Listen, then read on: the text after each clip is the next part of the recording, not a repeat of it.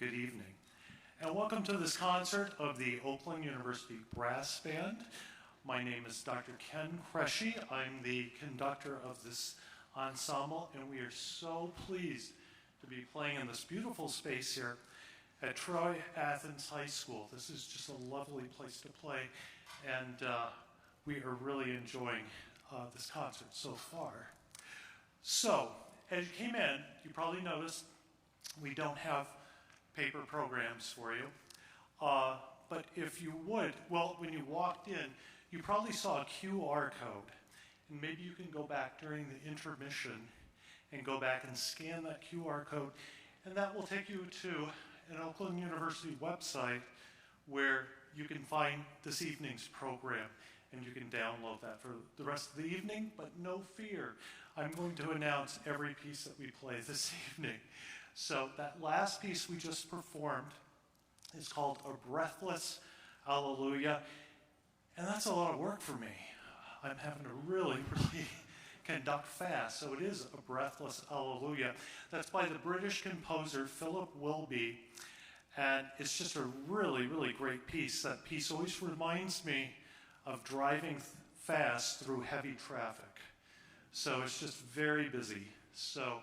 But we think it's a great concert opener. The next piece that we'd like to play is, we'd like to sort of just take a deep breath here and play some mellow music for you. And this is just a really wonderful work.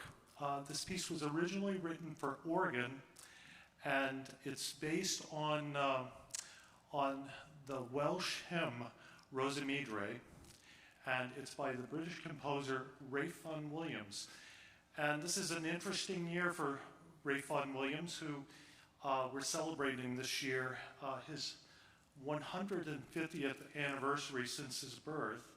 And this is just a wonderful arrangement that really just shows the beautiful sonorities of the British brass band. And we think you're going to enjoy this piece. So this is Rosa Midre by Ralph Vaughan Williams.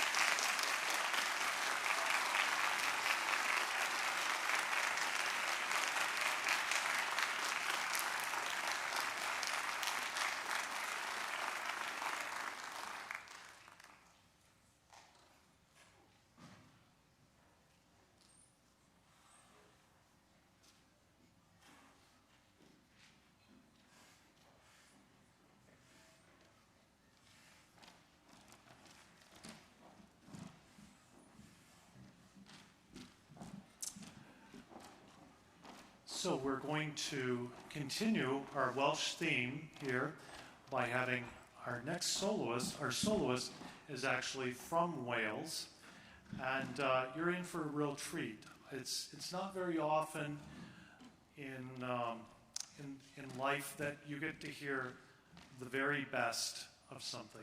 And this evening, you're about to hear the best Tenorhorn virtuoso in the world, frankly.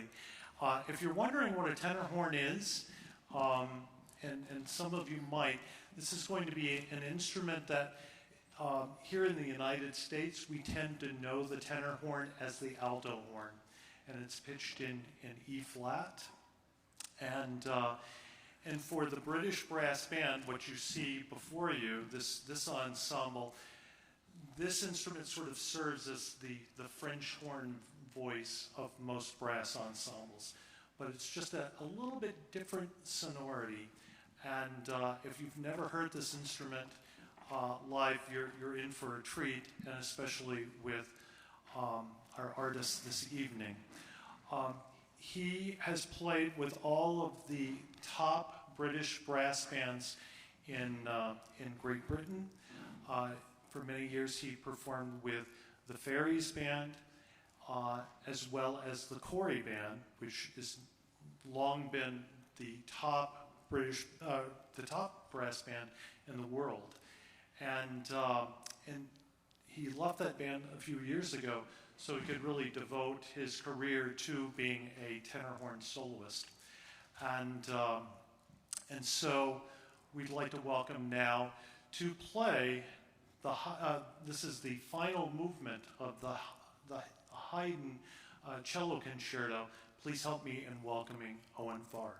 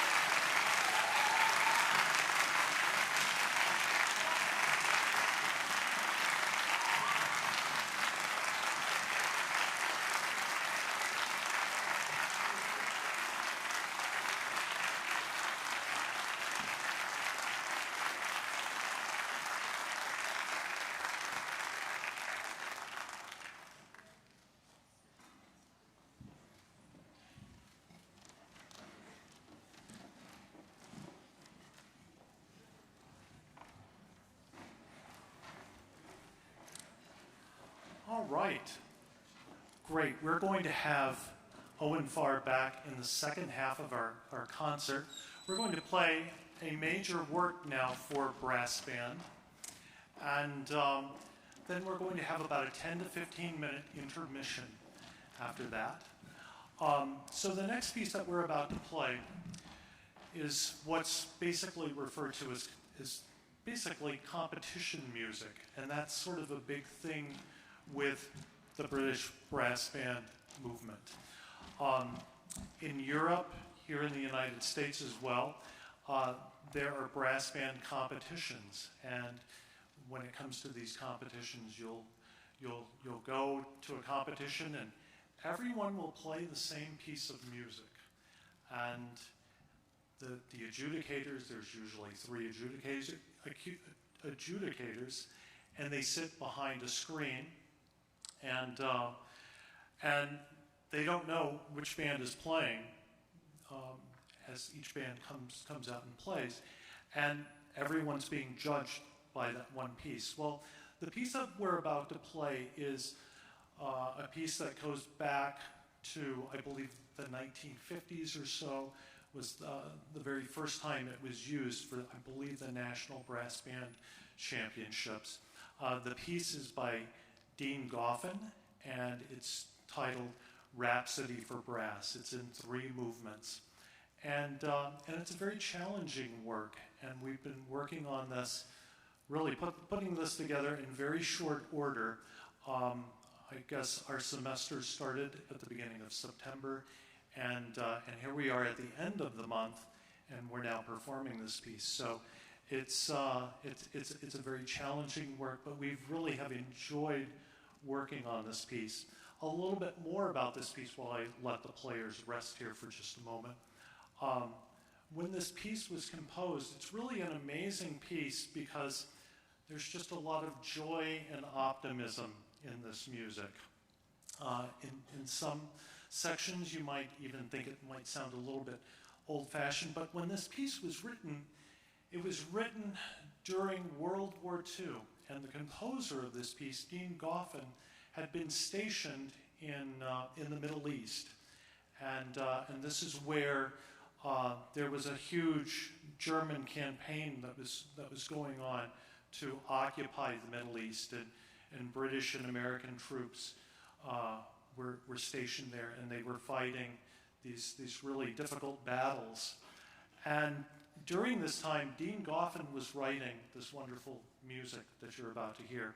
And it's so optimistic and joyful. Obviously, he was looking towards the future, to better times, when he wrote this. And I think you'll hear that in this music. It's very optimistic. And it was also performed during World War II, and I have to believe that whoever heard this piece would have been greatly affected by just the optimistic view of this music. So not only is this contest music, but it's just a really great composition that we've enjoyed working on. So this is Rhapsody in Brass by Dean Goffin. We'll take a 10-minute intermission after this and come back and finish up the concert.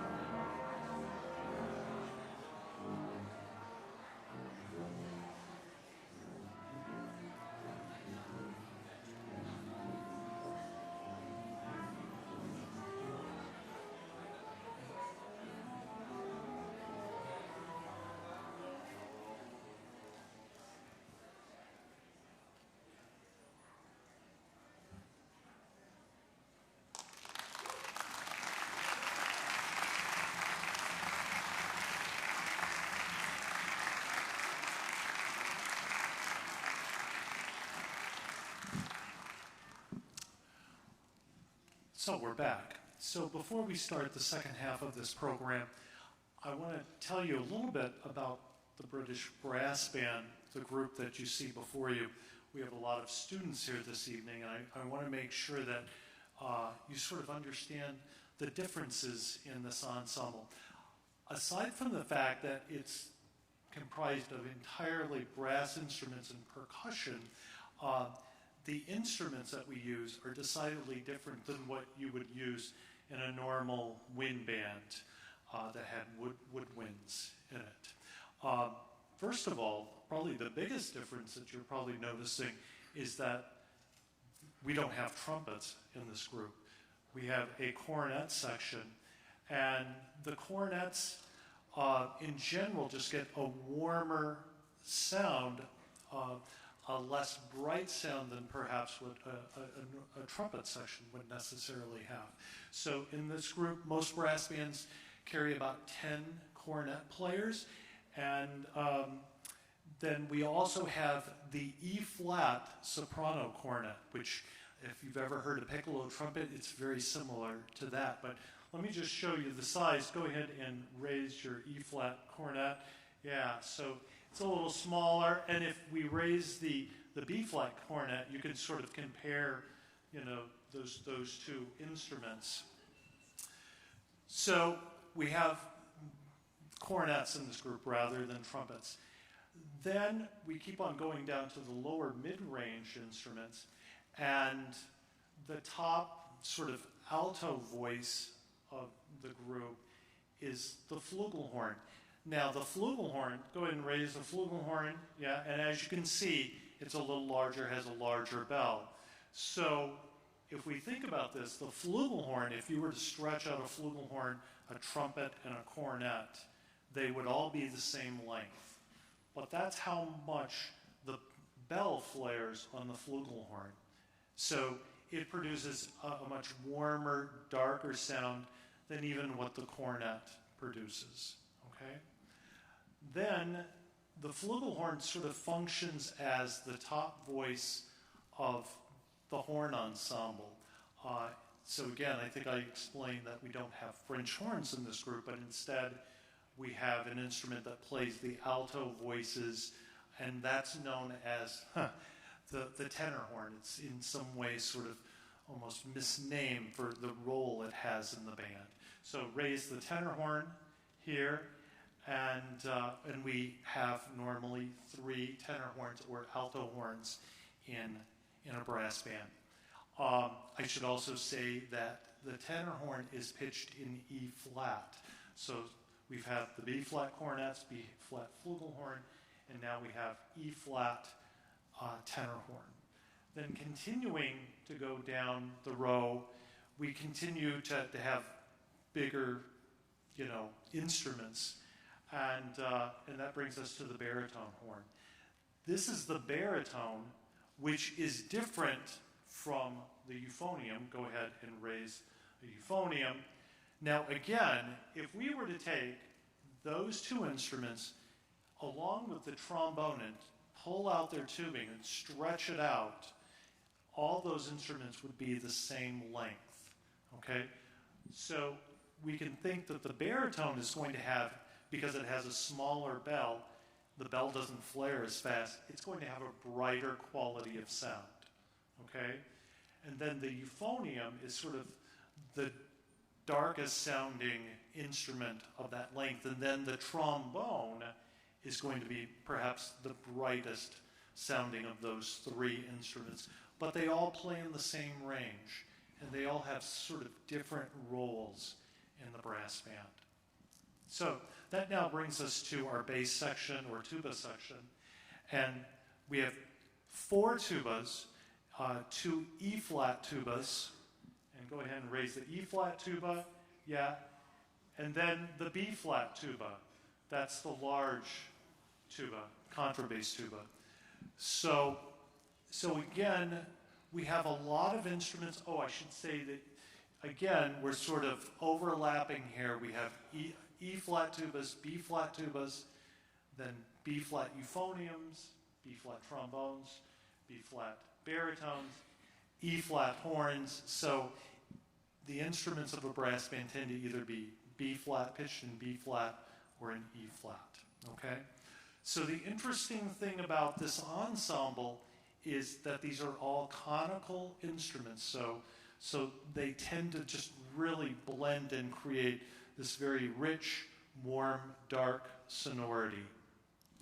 And the only instrument that's sort of an outlier here is the trombone. It's cylindrical, so that means it's primarily a cylinder, so it has somewhat of a brighter sonority, okay?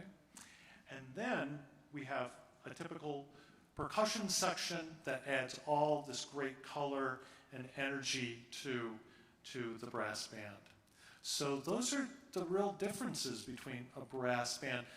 I should also point out, brass band tends to blend a great deal, all the instruments really blending together, whereas, you know, in a typical wind band, you have all these woodwind instruments, brass instruments, and again, those sonorities all blend together, but it's just an entirely different sound, as you can probably notice this evening. So that's a little bit about the British-style brass band, but we love playing the music that's written for this ensemble. It's as you can tell, there's lots of energy in the sound. So we're going to continue now with a march. Just like any band, we play marches.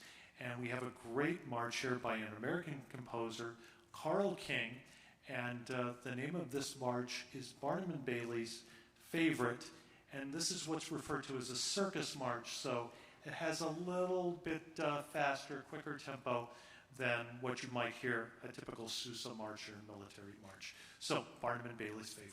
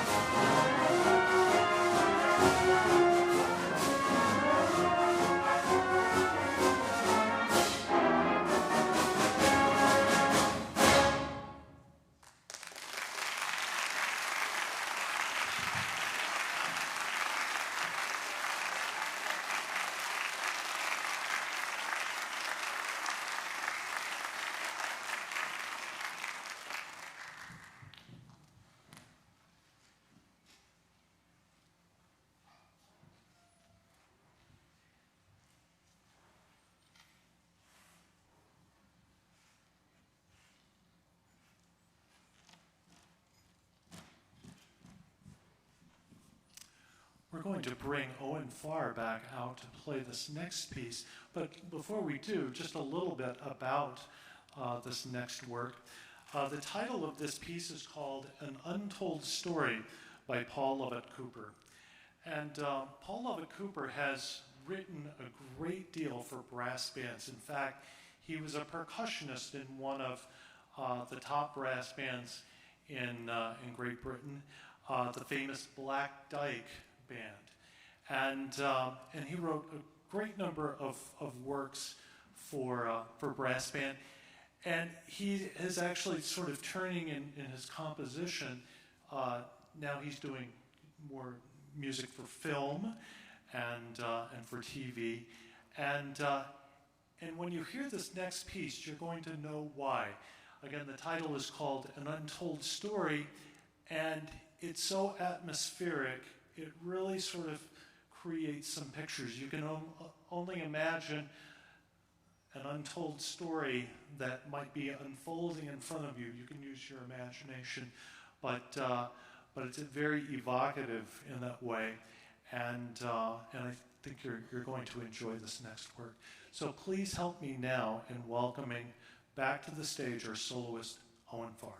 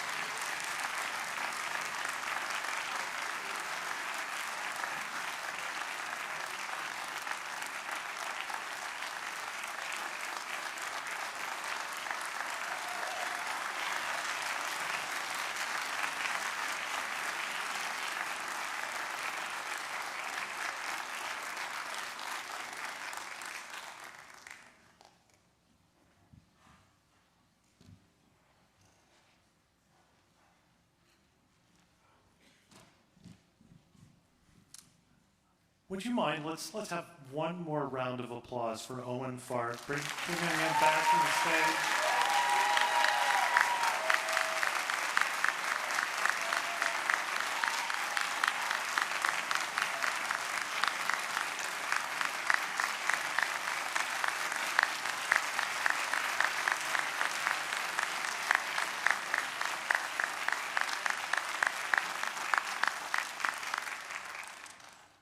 Great, thank you very much. We have one more piece that we'd like to perform for you this evening. Before we do, I just want to thank some folks here.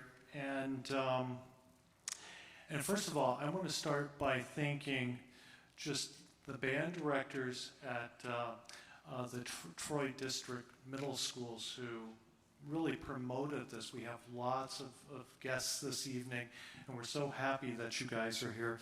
The students from Boland Park Middle School, Smith Middle School, Baker Middle School, and Larson Middle School. So thanks for coming out to hear us play.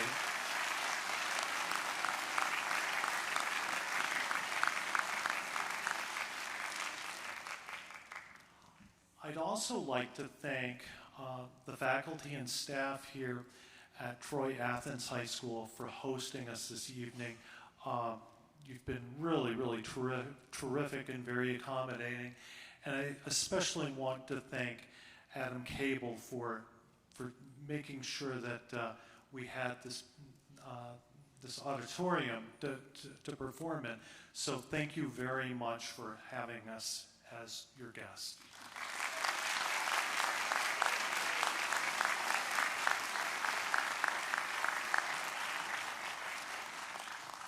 So the last piece we'd like to perform for you is some film music by John Williams. This is from the Star Wars series of movies. This is the symphonic suite from The Force Awakens, and it's just really fantastic music. I think it is really symphonic music of the highest quality, and music that we have certainly enjoyed putting together for this concert. When you listen to so many of these melodies, you can actually hear the characters and what they sort of represent. And so be listening for that. And I know if you've seen this movie, you're going to hear this in the music. So again, we'll be ending with The Force Awakens, the symphonic suite from that movie. And again, thank you so much for allowing us to perform tonight and coming out to hear us. I want to encourage you that we do a lot of concerts at Oakland University, and a lot of arts events as well, music, theater, and dance. So please be sure to check out our website. That's oakland.edu/SMTD. And there you can go and find out what we're doing throughout this concert season. And we hope to see you at Oakland University for some concerts. So again, thank you very much. And this is the symphonic suite from The Force Awakens.